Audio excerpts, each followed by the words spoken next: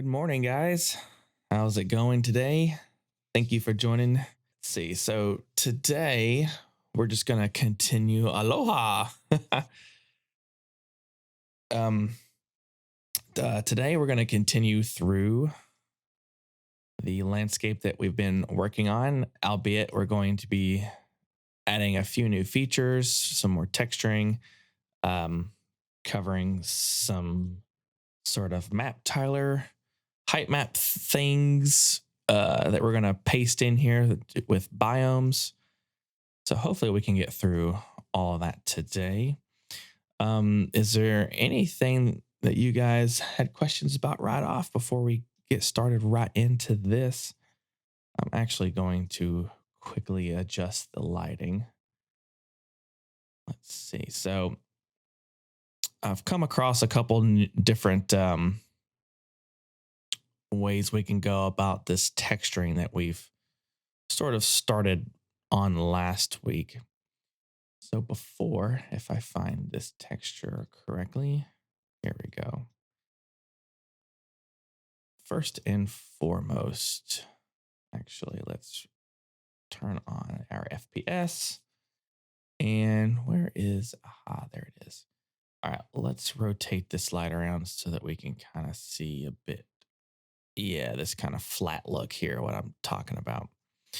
So before, in the last stream, we were trying to, right here at the base of this particular brown texture, kind of noise up the bottom edge a little bit.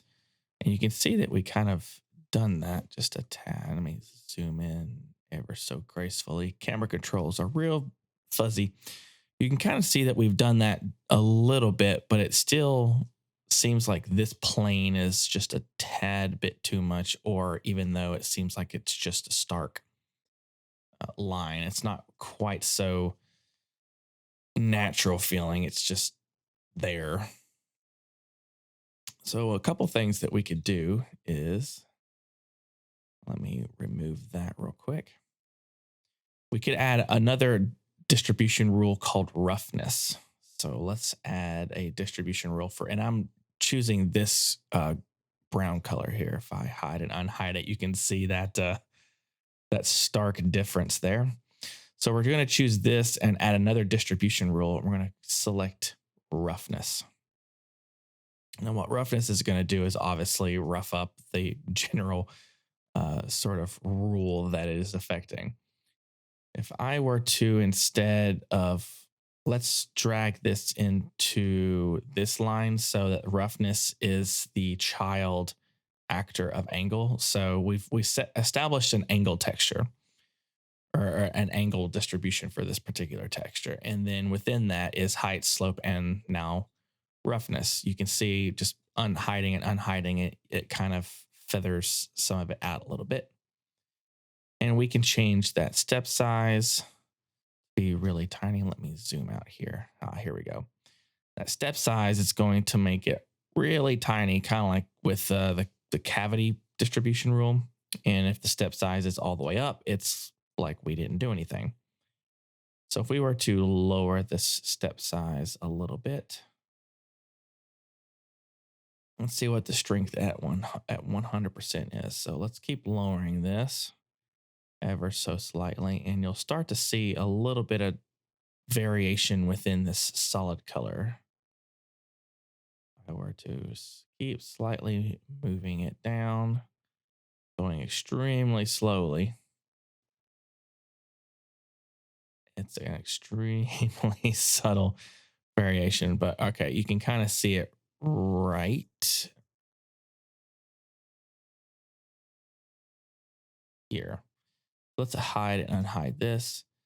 So it's hidden and it's unhidden. So you can see right around the edges of where the texture is sort of being distributed at. It's adding a rough feathered sort of effect to it. And we could change that threshold. Right now it's at 50%. If we go all the way down to 0, that threshold, you can see it just moves it around ever so slightly. It's a super subtle effect. If we were to change the step size up a little bit, let's try this again. Still not having too much of an effect. Let's go all the way to 0. Do 0.1. And now at this time, change our threshold.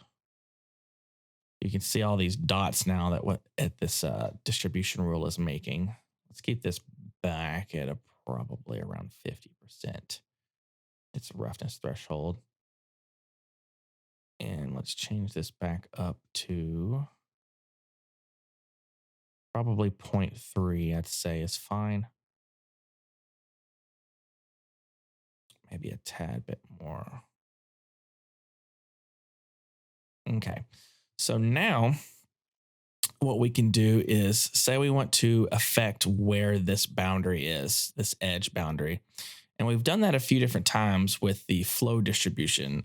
We could add probably a flow distribution to the roughness here. And you can see it's adding flow within those where flow would be. And that texture is applying just right in there. And so if we unhide this and hide it, we can add do a flow distribution there. But that's not exactly the look that we want. So we still want it to kind of be rocky, but we only want this edge to be affected somewhat. So how do you go about, say, what we want to do is crop or clamp and adjust what this range is? We want to specify where this line is. So let's add a new distribution. And let's do this one based off height. And so what this one, it's set to multiply right now, but let's instead, let's go ahead and figure out our range here. Let's not multiply, let's let it add. So right now this color is basically covering the entire terrain at this point. If we were to lower this threshold, see what add does, what this, multiply is just going to, multiply it with the previous filters. Add is going to whatever the height is going to be, it's going to add it in addition to. So let's lower this top value to be really close to the bottom value. All right. And you can see this height and this height range is right here in this boundary. If we were to hover our mouse over the center between these two nodes, and that the gray or the orange color here turns blue to let you know that you've selected the center boundary here, we can move this dynamically. So if we reduce this threshold, now this is a good way to take the same texture and apply it over multiple sort of terraced effects. So now what we've essentially done is we're establishing instead of establishing a whole new texture to create this band, we can use the same texture and just, specify add. And then we can add a distribution within this, say slope.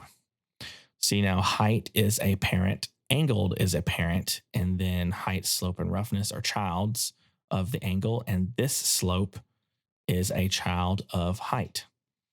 So if I were to select this slope, say we want to only specify a slope range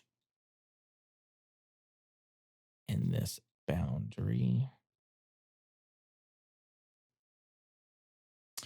And now it's being a goof. It's not doing exactly as I had intended to. So slope should affect what's between this boundary, and now I'm curious as to why it's not doing that. Because it did it for me earlier. I did encounter a bug with too many rules at first. Let's try that again.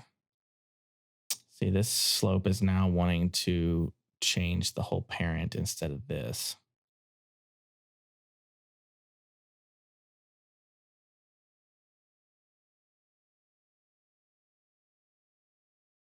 And let's say that's the range.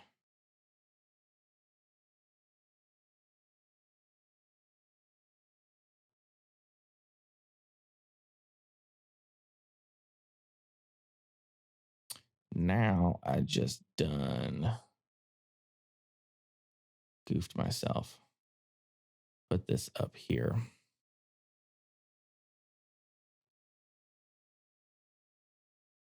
And let's set this slider up. A lot of this is, of course, trial and error.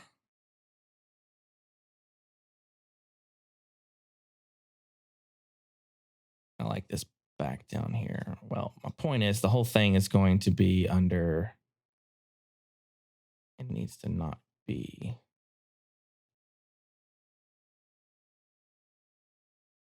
All right, we need to redo this, obviously. But you guys are like, this isn't what I signed up for. All right, obviously there's some kinks with this layer system, but we're still going to do add. And we're still going to show what my main point is here. So we're going to make this height range tight like we did before. And you can still add effects to this. So say if I want to add an effect to just this height range, at least we can still do that. So if you wanted to attach to the edges of the that particular filter. Of course, that's not exactly looking the way I'd like it either. We could have a specific flow within this range. So that's nice. We could do that. So within this particular height range, we could put the flow effect right in between this range. And that would work too. We can actually, that's not a bad idea. We do a flow cutoff, add a little bit of rockiness or a little bit of that texture here. Or let's turn off flow. And for this height range, we can also add noise offset and turn up our noise strength. And we can increase this bound so it's super noisy. And you can see it's really noisy here. I'm going to lower this top threshold ever so slightly again so that our boundary is really noisy right here. Add another effect. And this time we can do almost a blur or an angled blur. So if we blur this just a little bit. So with blurs, let's increase our blur strength. See, we just added a unique banding here. Let's lower its overall height to be just about where the base of this is. Okay, and then we add another effect here. Let's try small flow and see how that is. I don't think of direction, the other direction. Lower our strength. So if we lower our strength, it's back to what it was. If we increase our strength, you can see it's sort of moving around here. I don't think small flow is what I want to go with. Let's distort it just a little bit. See how that plays. And distortion scale, pretty large. We do a distortion scale about right there. All right, so that's one way that we can go about at using the height range to apply different text or the same texture across multiple ranges. But that's not what I'm wanting to use. Wow, I just messed that up. All right, I hit Control Z for undo because undo exists in World Creator 2021. All right, so here I want to do, like I started this whole conversation on, is I want it to affect just this boundary. But I'm going to use this texture, this band here, to affect that edge a little bit. So let's increase this range so that this band is overlapping somewhere about midway with where it is here at this edge. So if I were to increase this, let's make it a little tighter. I were to increase this so that this band that I'm moving is over the edge of the top area, you can see it's going to be somewhere around there. Now, the operation for this distribution is going to play a big role here. You know how we've selected add, which adds on top of what we've done. If we select multiply, it's going to obviously have a huge effect. So everything before is going to be banded just to where the band is. This time, let's select subtract. So subtract is wherever this sort of band is, it's going to remove the top values. So if I were to increase this top value, this band is going to obviously increase. You can see if I increase it too low, then where the filters distributions were before is going to reappear. If that makes sense. Let me go up high here to this peak, and I'll increase this lower value a little bit. And you can see now my band is right here. So what we want to do is we want to subtract from this top value. So basically we're using the height and subtract as our own custom clamp. Instead of doing the effects and clamping, which is a completely different thing for this particular filter distribution, we're using the height and subtract to create our own sort of cut, if that makes sense. If you guys have any questions throughout this sort of weird, laid back process, let me know and I'll answer as best as possible. So now that we've got this sort of band that's cutting from the top, we can now add effects to sort of, influence where that's going to be. One of which is if we select flow again. Now flow is only going to affect this height distribution, but you can see it's affecting, sort of where it's being cut as well. If I select flow, scroll down, and if we lower the weight's going to look like nothing happens. Or if we increase it, it'll go back to the way it was. What I want to use flow for is showing where flow can cut into this texture without actually applying a texture. So what we're doing is we're applying flow here for this height rule as a sort of cutting rule, if that makes sense. Let's, I believe if I reduce my flow cutoff for this one, actually, let's put that back where it was. And let's adjust the smoothness a little bit. Let's play around with this until we get a pretty confident area. Let's make it try to make it affect just this edge here. A velocity threshold.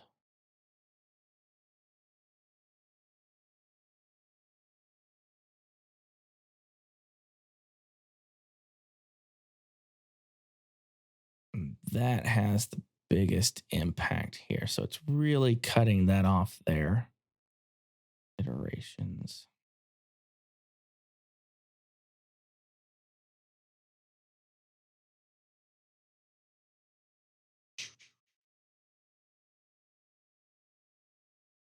Lower the weight a tad.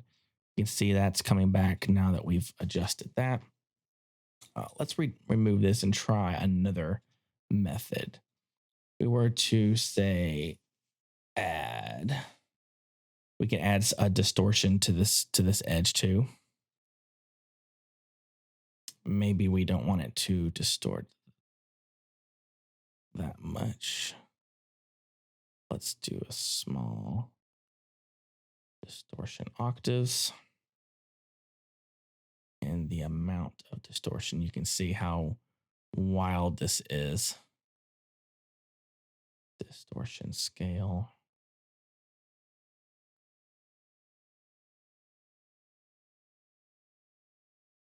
And let's lower the weight of this a bit. All right, now let's go back to flow, a regular flow. And let's mess with this cutoff again.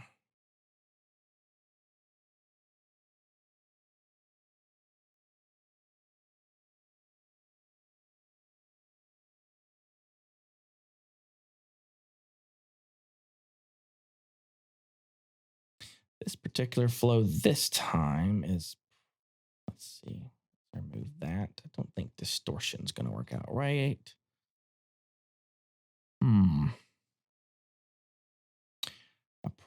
It took me a while before in testing to really get the sort of band to work right.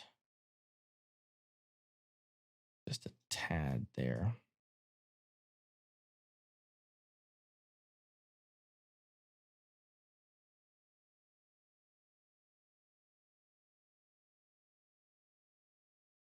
Let's add another rule at the bottom. Oh, wrong one. I didn't mean roughness 2. We'll cover roughness 2 later on. Let's go ahead and re-add roughness here.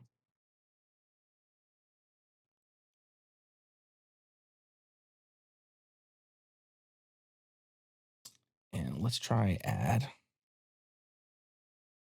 So you can see add goes through the whole thing.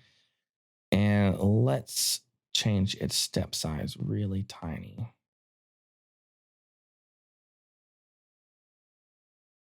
Actually, let's also make it multiply with where that's at.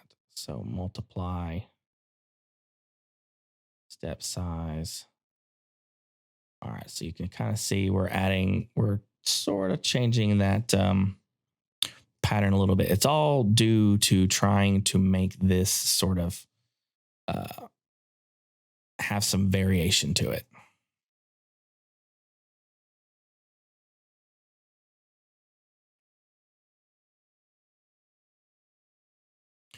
All right, let's move on at this point. I think this sort of range is perfectly fine. Let's try moving height below here and see how that affects it.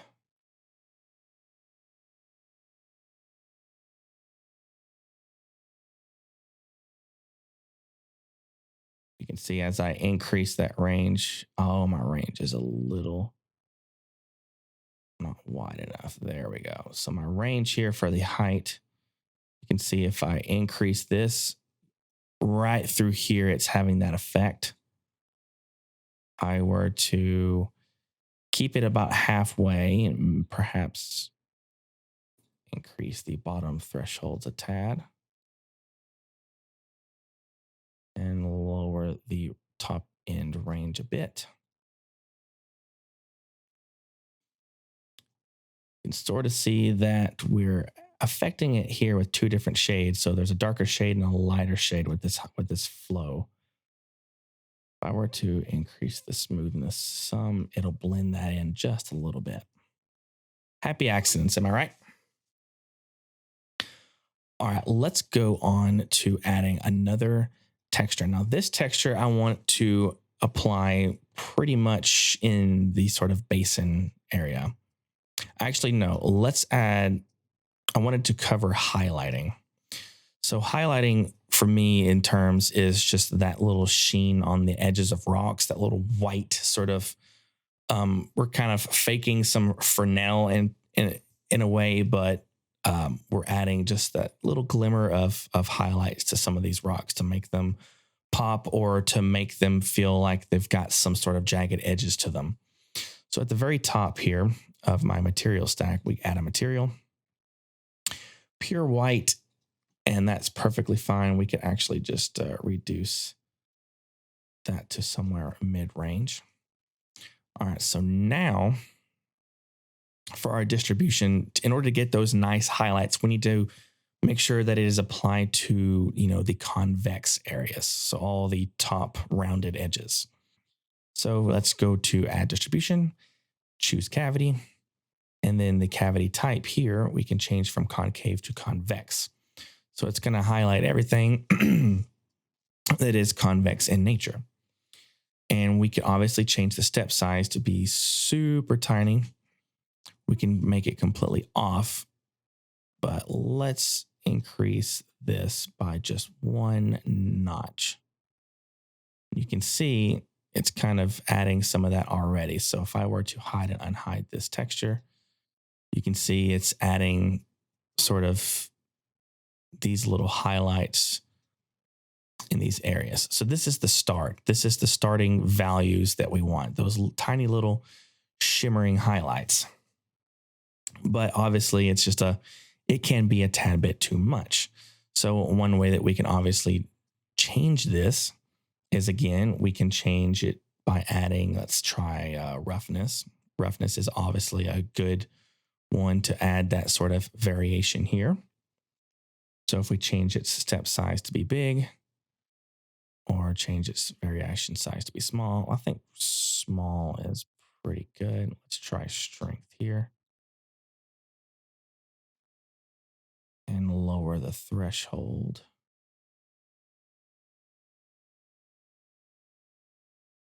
Perhaps the threshold is too small. Lower our size. Keep going until it's almost over. Okay, there we go. It's ever so subtle. Now we've added the highlights here, and it's a lot of highlighting here on this edge. So the highlights are kind of sort of biased to a certain range of sort of edging. And we can change that by obviously adding, we can adjust the slope. So say we want these highlights to only affect a slope range that is super tiny. Let's see, let's try to turn these off.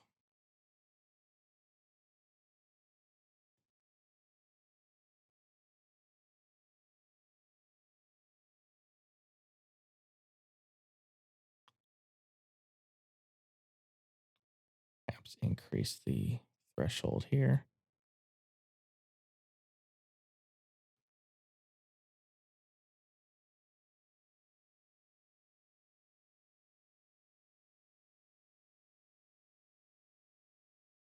It's super subtle, probably not enough for a slope range. Let's increase the slope range.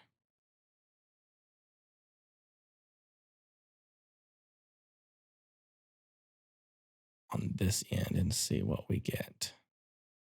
All right, so we get a little bit of highlight there. See what roughness is like. I think roughness weight ought to be about 50%. There we go. We're getting a little bit better highlights there. I do think this is a tad bit much. Let's see about roughness. You can see when I hide and unhide roughness, it's adding a bit more highlighting in this area. And I do like that. So let's go back to roughness and make sure its strength value is pretty low.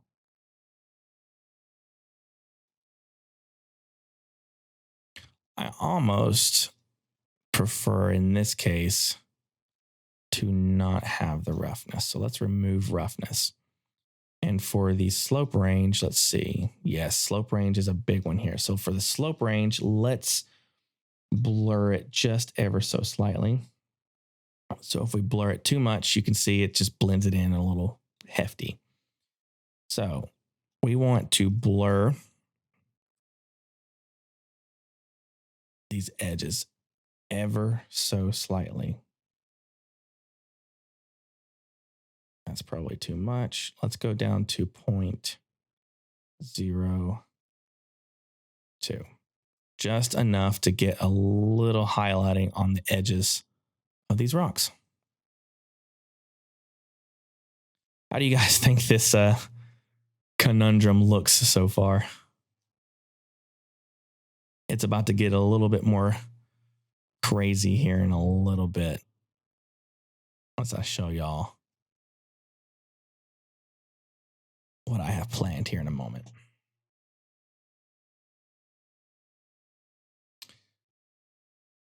Let's duplicate this material by double right clicking.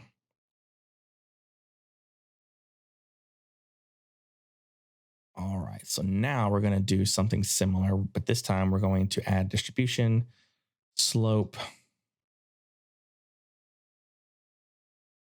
add the high.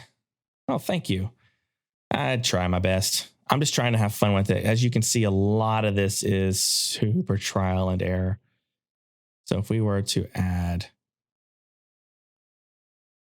this and add another slope that is not part of this, but addition to, see, we can have multiple slope ranges.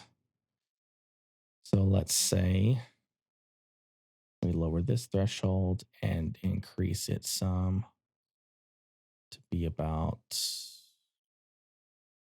right here. Perhaps this slope boundary could come down, come up.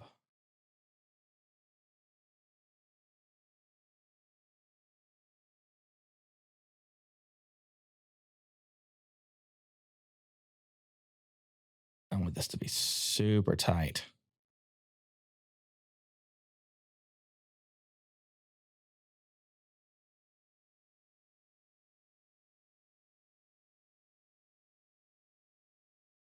And this one could be like this too. And we're actually going to put this one underneath the first one that we've made.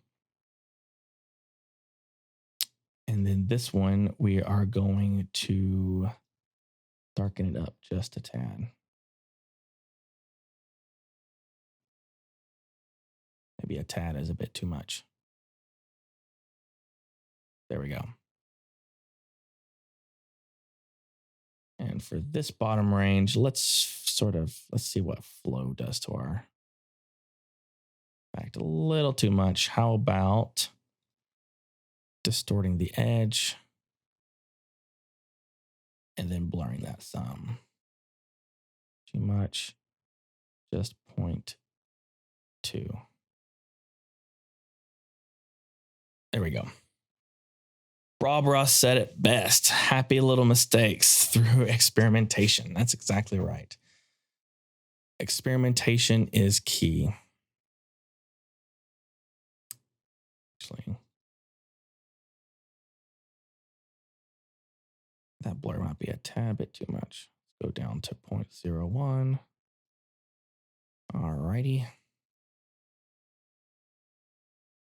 All right, there we go. I think this is a good place for now. I wanted to cover one, actually. Let's do that for a different biome. I wanted to show how we could use Map Tiler to change the face of this without actually altering our design, so to speak. So this comes back to the biome talk, which next week, perhaps this upcoming Monday, we'll cover exactly how biomes work to a degree. But I wanted to go ahead and show how powerful this was with texturing being applied first and changing the terrain after the fact on being able just to see it morph. So let's add a new biome. So I'm going to add a new biome, and you can see this biome. What we see here is the starter terrain. That's the way it is when it comes out. And you can see the only thing that's showing here is the textures, because the textures should inherit automatically. But for the second biome, let's go ahead and make sure that the operation for this sub biome here is set to add. So that way we're not going to overwrite the global biome. So if we make sure that we're adding, it's just going to obviously add in addition to. As well as, let's make sure that we inherit the filters. So now we've got the biome, we've got the terrain that we've designed before, and we've gotten this new biome's terrain blended together. So if I turn this on and off, you can see the sort of starter terrain. That's how it's blended in with the previous terrain. But we don't want to do that. We want the second biome to completely start like on a blank slate.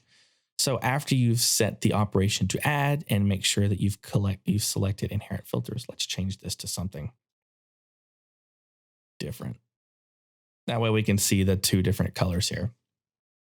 Okay, anyway, So in the second biome here, let's go to the custom base shape tab and let's go ahead and create. And now at this point, if we wanted to increase some subdivisions, we can go around here and we can, we can influence the terrain and sculpt the terrain. This is going to be part of our biome course next week, how we can go about custom sculpting what we've already done. But anyway, so what we want to do is we want to, let's go ahead and just reset this to its starting value here. And let's go ahead and flatten. If we were to flatten, that means that the sort of height data in the second biome is going to be completely flattened and removed.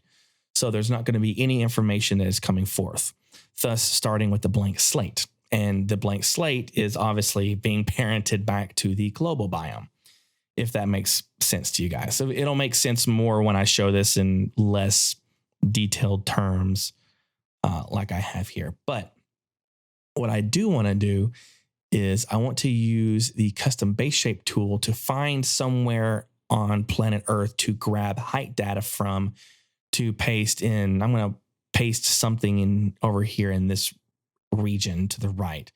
Because I think these sort of erosive swirls are a little bit, they could be a little bit too much. And of course we can custom sculpt these to be whatever we want, but I just wanted to show you guys how you can just grab height data as like a height map from somewhere else on the world, just as an influence in this region.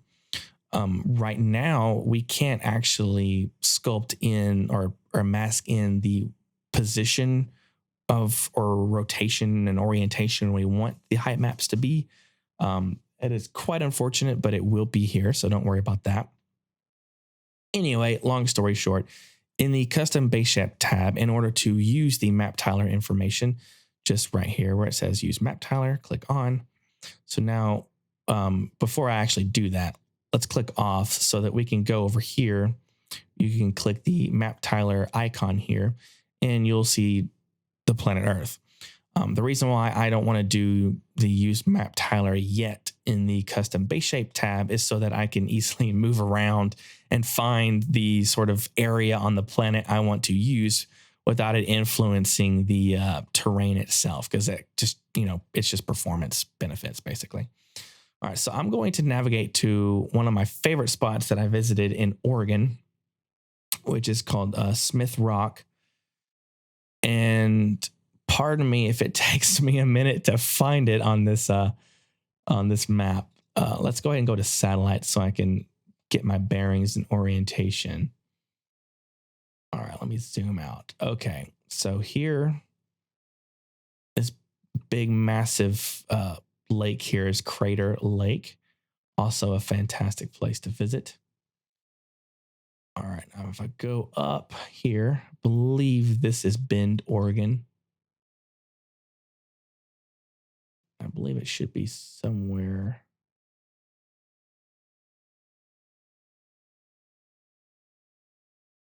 That might not be Bend. That might be, I know exactly what it looks like once I freaking find it.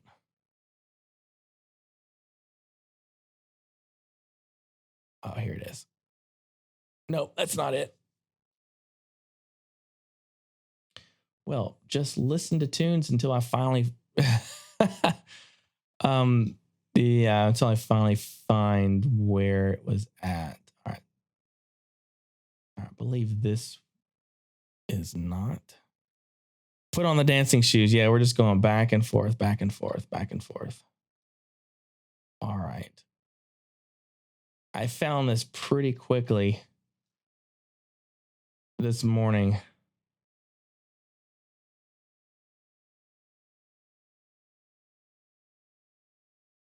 All right, we come up here. We need a version that will find, oh, actually, this might actually be Bend. Okay, yeah, I think this is actually Bend. So let's go up here.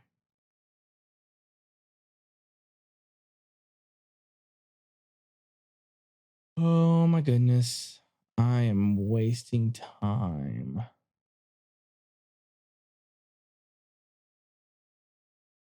No.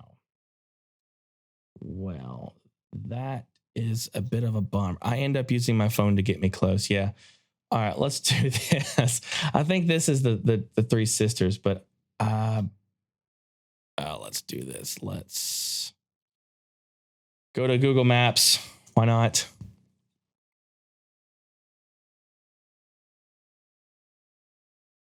I can find it easy this way. All right, Crater Lake Bend.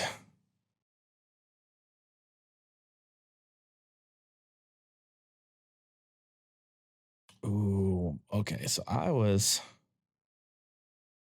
Okay, Bend, Oregon is right here, and Redmont is here. Oh, there it is. I can see with freaking roads, I instantly see it. It's right here. So let's line this up. So here, it's, man, I was way off. All right, so it's not up there. It's about right here. Yeah. Right here. Okay. Holy smokes. All right, so since we are here, let me show you guys what I'm wanting to capture. So it's called Smith Rock. It's a fantastic place. It's a really nice, very, very famous rock climbers paradise. Let's just say that. Like there's rock climbers that come up these huge, I mean, these are huge cliff sides. You can see the relationship of vehicles. But anyway, so I want to sort of capture this essence on our terrain. Obviously, I can't rotate this or, mask it in where I want it. So all I can do is get it to be sort of the area that I want it to be.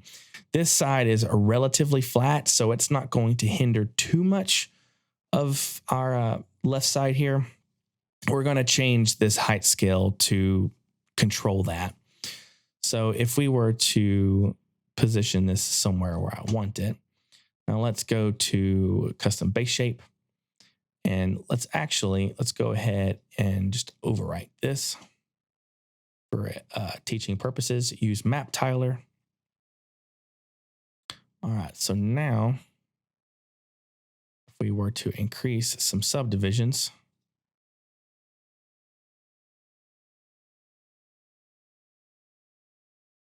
and go back to here, if we were to increase the height scale a tad. All right, you can see at this point sort of what this is doing to a degree. Let's remove that. Go back here. The inherent filters are having a pretty staggering change to it. We need at least that amount of detail. So what I want to do is I just want to change sort of this region a little bit. So let's now go back to the main biome and just click add. So this is the information that we've grabbed, and let's go and influence this a little bit less. So if we take the height scale to 0, this is what our terrain is before. And by increasing the height scale of the satellite data, let's just increase it to a point that we feel comfortable with. We don't have to accept anything. I mean, even this seems fine.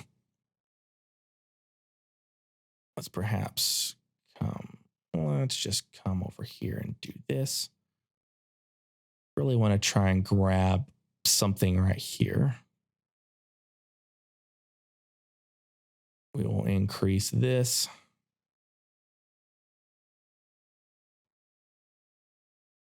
So now, even though you can kind of see the shape is right here, and the other sort of cliff sides are right here. So it's really influencing just ever so slightly the effect.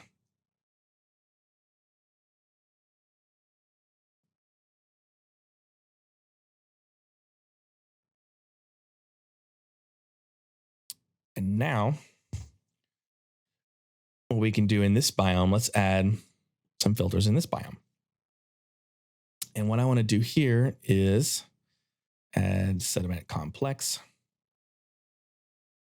So we can fill in some of these basin areas. And then on this sediment complex, let's add erosion flow. And then duplicate erosion flow. Let's turn that one off real quick. So you can see we've drastically started changing what we're doing even more so.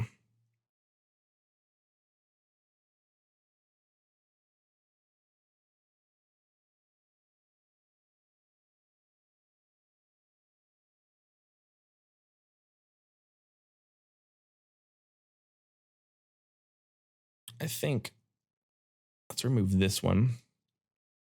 Let's add canyon filter. And another canyon filter. Let's add erosion flow on top of the canyon filter and sedimentation on top of that.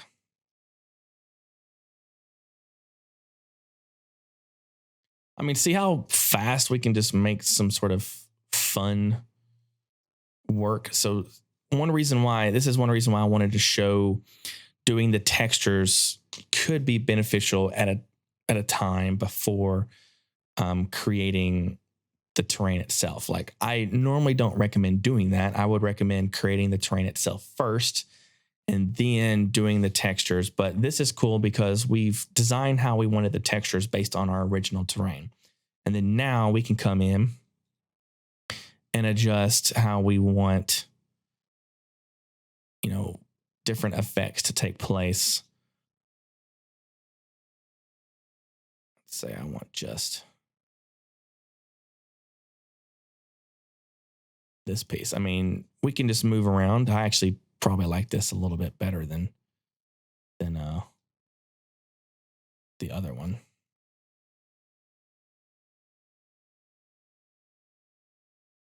So we still have our swirls. We still have our texturing, even though this texture is bleeding off a little bit more than I was thinking. So we can take the biome. We can take this biome, the global biome, and under the sub-biomes percentage here, if we were to increase the sub-biome percentage from 100% to say 0%, then the biome here is going to have zero influence on the global biome.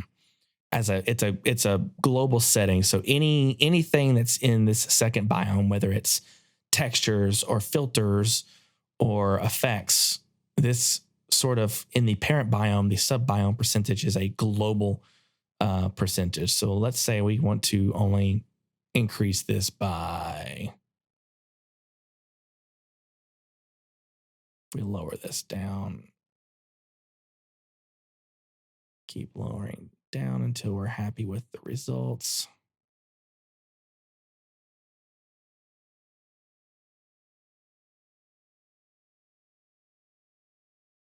We're getting there.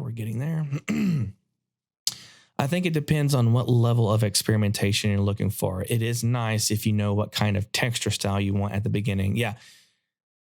It can really enhance and change how you physically model your terrain. Yeah, you're exactly right. It really depends on, one, your experience with the program, and two, your sort of, discovery. We just through some trial and error, we discovered some really interesting effects by having the terrain and filters done first. But if we were to say, hey, we don't want to see the we don't want to see the filters. Let's click this icon here, which hides all the filters. You can see it's a little strange. Or if we want to hide the textures, let's hide the textures, and we can look at what this looks like purely on sun strength is really bright here. This is what the terrain looks like at its most pure form. You know, it's without the textures. It's with the filters, but it's without the textures. And see, now that I see this, I think, this is a good reason to go back and forth. Now that I see this, I think the sedimentation complex of our second biome might be a little too much. So if we were to say, reduce the sedimentation complex some and lower its length a tad.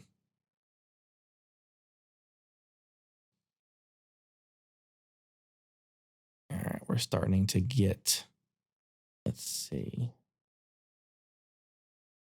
It's still going to have an effect because it's only being affected by, so much percentage here. It's starting to look a little better. And then you apply textures after the fact, though I did change my sun strength and sun angles quite drastically.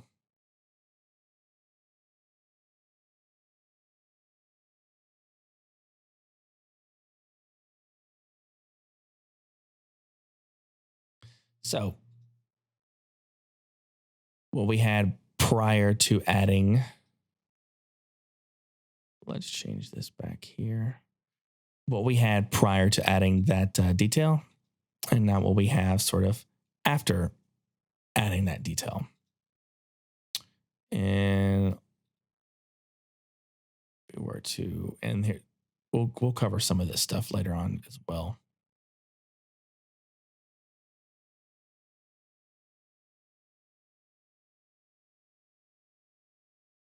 And lower.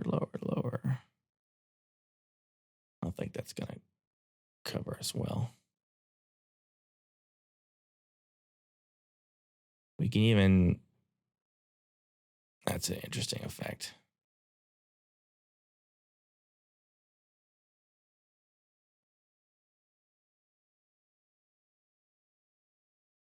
Let's go back to 100% because that's fine with me. But then let's change its height scale even more.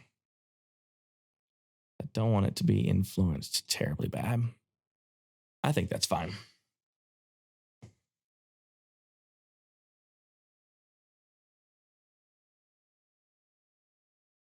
So now we've completely changed the dynamic of this terrain. Let's go ahead and save this before we really mess something up. Saving is good, kids. Save. All right, right now we've basically done this terrain at 1/4 of a meter of precision. See what it looks like at 1/8.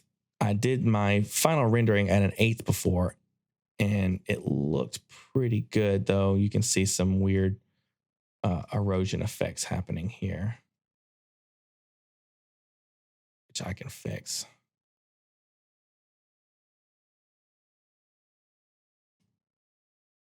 Next week, so maybe on a Monday, we'll continue this terrain. But on Wednesday, we're going to do a stream showcasing RD textures.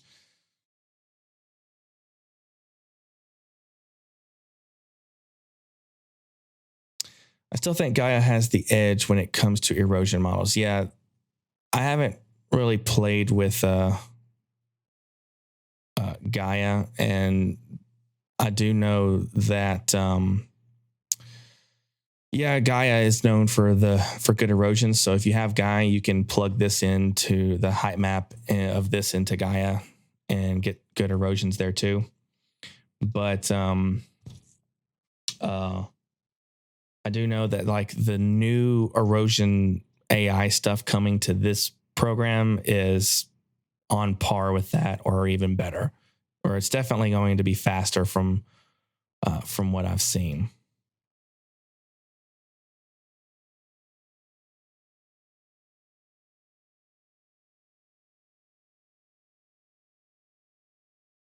Actually, to be perfectly honest,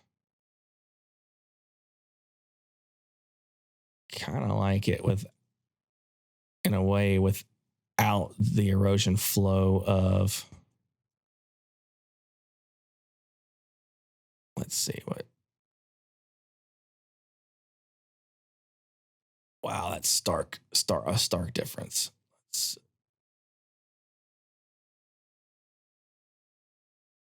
viscosity, kind of almost like it without, yeah, I think I like it a lot better without the erosion flow on that particular biome. Seems to work better. And now, with all that combination work and the canyons, we've got a lot of good rock detail. And those highlights, remember in the global, these highlights that we've added, it just looks it can look a little barren, but you add those highlighted details, it really makes those little tiny pops of rock shine out and sparkle. The erosion painter in Gaia is awesome. Yeah, in the AI system for this program, when it's finished, you'll be able to paint on erosions as well, and you'll be able to paint on like liquid layers. There's a lot of custom paint work that you can do in here at some point. Hopefully it's soon. Question. Right now, can you grab the texture from MapTiler to mix on top with the actual texture you have? Yeah, I've covered that. I've shown a little bit of that in one of the last streams, but sure, of course, if I wanted to grab this texture, let's go to the texture tab here on the second biome, just so that we have some consistency. So add material. It's going to be completely white, but down here you can see it says use satellite image. So we're going to click on, and obviously it's not it's not the same. All right, let's go to, I didn't click apply, did I? Yeah, I didn't click apply. Let's do that again, because sometimes it takes a little second for it to kick in. Yeah, that's it. All right, so here is the texture from MapTiler. And say, I don't know, let's say we want to grab all the rivers in this case. So let's add a distribution rule.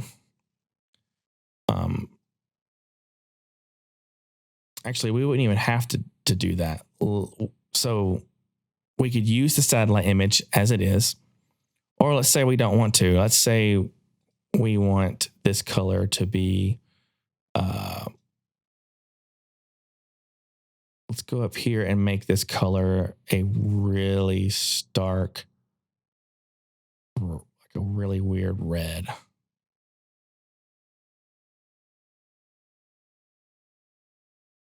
And let me desaturate this red a tad.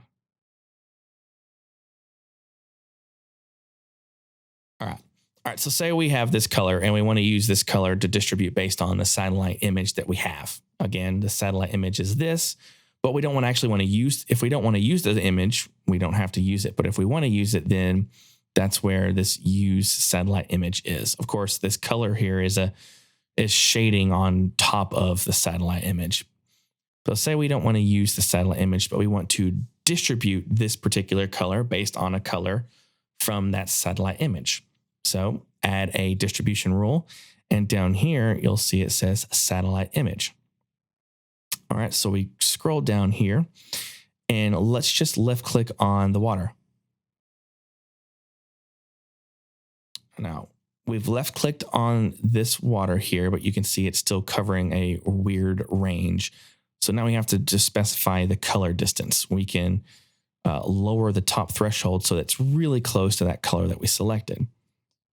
So let's lower this. Let's choose this color. Oh, let's just see. It's not. That is interesting. This is a terrible example because that is obviously a bug. Let's do this. That is not the right position. This corner should be up there. I have found a problem there. But you get the point there. Say we want to specify green. You can see the green color. We can mask in or highlight where we want green to be placed and adjust that range. I'm not sure why. Let's remove this altogether. Let's go back to these colors. Let's add a material here and see if this helps us.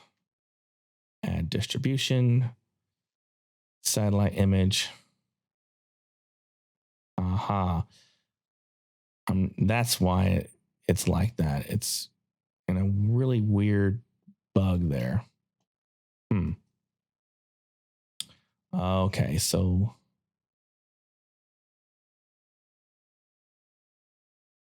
see, that's interesting. So we should have control.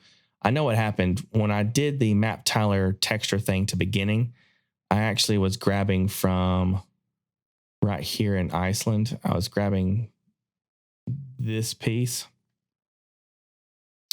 But for some reason, I think it should be this add material should be, and distribution should be able to choose, which texture you want.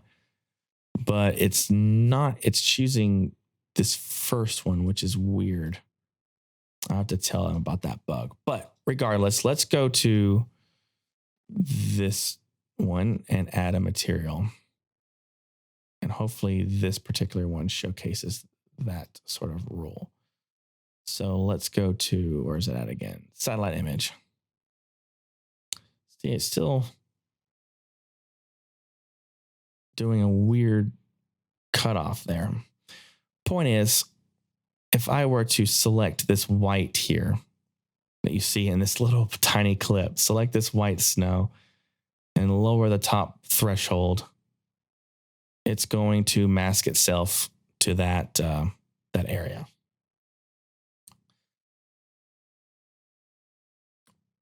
Or we can just simply use the satellite image here and distribute it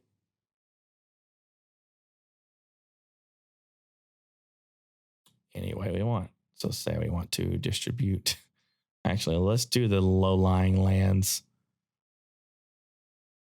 as this green sort of color. Let's do that. Yeah, there we go. And then add, let's add some distortion to the edge, just ever so slight distortion. Oh, wait, we don't want that much. Distortion scale.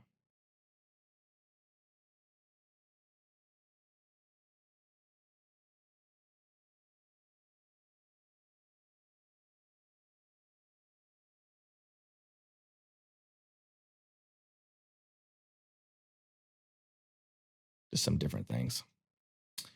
So, does that make sense to a degree? That was a terrible example of how we could use that. But you get the idea. Yeah, sorry, that's a weird bug that I hadn't seen before that I'm definitely going to have to tell them about. So I did have a couple other streams that showed that more in depth, but obviously this particular stream, that issue is quite abundant. Okay, so there is some more probably texturing things that we can do. We could probably, or let's see, let's add another sediment filter. I like fill. Let's do fill real quick. So fill, let's lower all these down except the high values.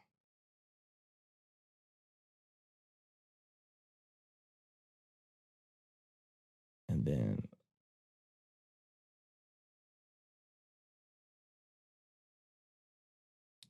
we'll just make this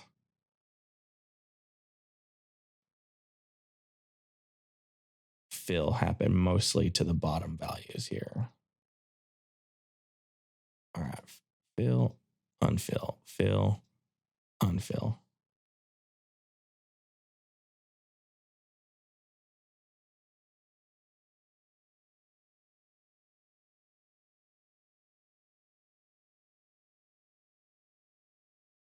Adds a little character to it, just a touch.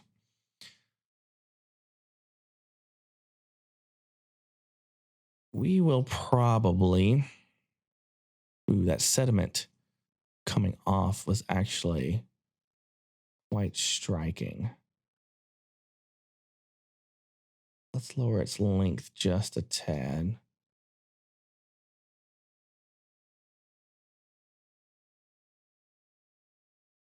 Okay, there we go. I think that's pretty decent. All right, we're going to save this here. And what I'm going to do is the next stream we're going to talk about, or the next time we do this, which will be hopefully Monday, I'll let you guys know. We'll talk about sort of switching gears into the biome realm and texturing a completely separate biome area altogether.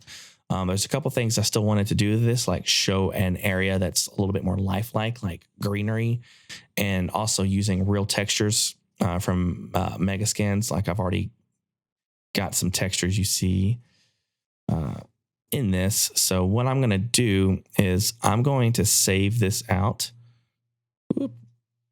as is. And I'll try. Well, I want to try and finish this out a little bit before I share it, but you guys are definitely going to get this. So stay tuned for that. Is there any final questions before we end today? I just kind of went on and had a little fun with some texturing examples and working in some of that height data. But I think it's coming together pretty well. Of course, lighting, the lighting in this isn't showcasing its strengths right now. But if there's any final questions, I'd be more than happy to answer any of those for you guys.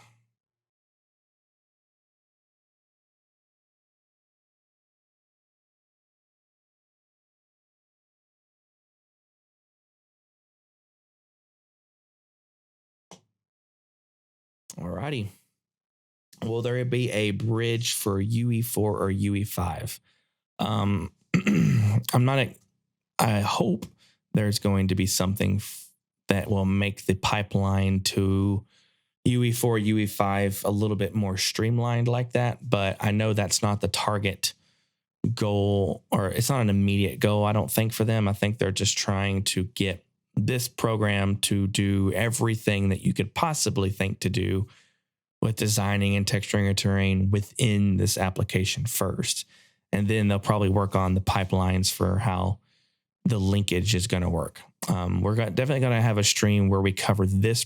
This is a little hint. We're definitely going to have another live stream that covers this exact terrain. We're going to go through the export process the way it is. And I'm going to work with this exact terrain in Unreal Engine 5. I've been playing around with it some, and I'm going to show you guys how to do that the way it is now.